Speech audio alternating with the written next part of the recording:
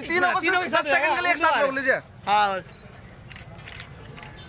उसको लेके आओ संदीप भाई, इधर ले आओ। अच्छी हो ताकि लोग इधर कोई जो, हाँ बिल्कुल, इसे तो हम चाह रहे हैं डरे ना कि बराबर में ले लो दादा, इन्हें बराबर इधर ले लो। बस उधर देख भाई।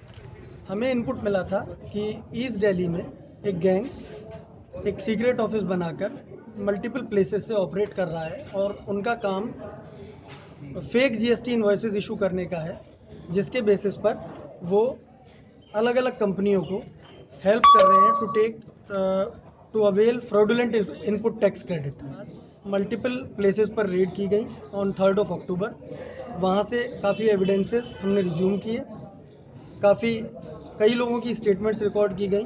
काफ़ी इन्वेस्टिगेशन के बाद पता चला कि इस पूरे मामले में करीब 300 करोड़ से ज़्यादा की बिलिंग वैल्यू इन्वॉल्व है, जिसमें कि मोर देन 50 करोड़ का जीएसटी इन्वॉल्व है। उसमें हमने 3 लोगों को अरेस्ट किया है, जिन्हें आज हम मेरठ सीजेएम कोर्ट में प्रोड्यूस करने के लिए लेकर आए हैं। अभी तक के जो प्रारंभिक आंकड़े हैं जो जांच की गई है उसके आधार पर करीब 300 करोड़ से ऊपर की बिलिंग है और लगभग 50 करोड़ से ऊपर का जीएसटी।